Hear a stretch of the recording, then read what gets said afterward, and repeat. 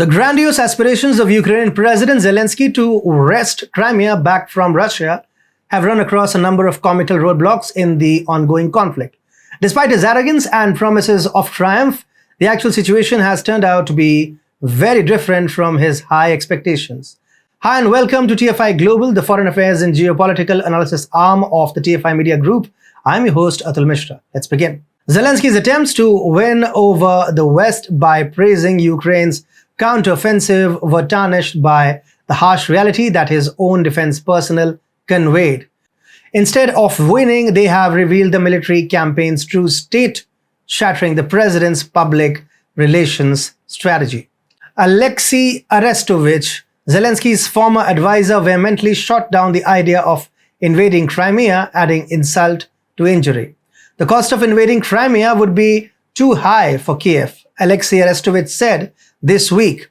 The operation would likely lead to hundreds of thousands of casualties, he told Russian journalist Yulia Latinina.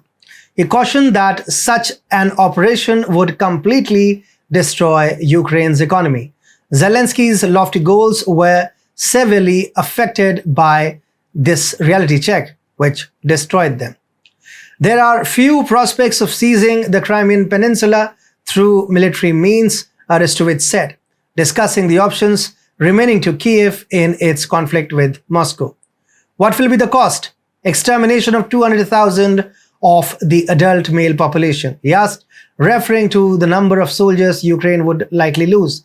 Ukraine's economy could also be totally destroyed in the process, he warned. Kiev is already totally dependent on its Western backers, the former presidential advisor said.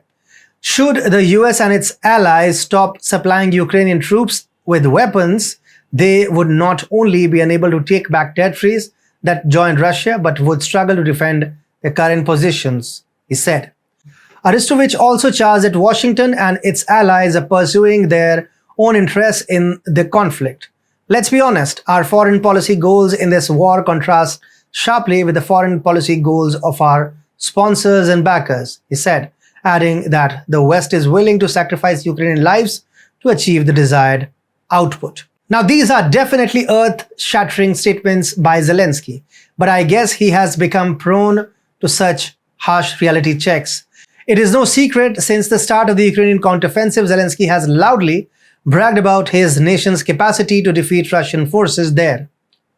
However, it appears that the reality is very different. Even Ukraine's own defense minister destroyed Zelensky's PR efforts with a mic drop moment. He outrightly admitted that the counteroffensive's expected result had been greatly overstated. The discrepancy between Zelensky's rhetoric and the harsh realities seen on the ground was further highlighted by his forthright description of it as a preparatory operation as opposed to a definitive fight. And now, as the comedy of errors surrounding Zelensky's plans for the Crimea plays out, it becomes evident that his own troops are unintentionally turning into the main attraction.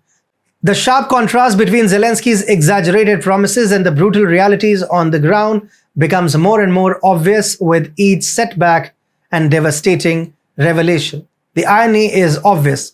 Zelensky has resorted to bragging about Ukraine's achievements in the counter-offensive against Russia in an effort to win support and improve his reputation.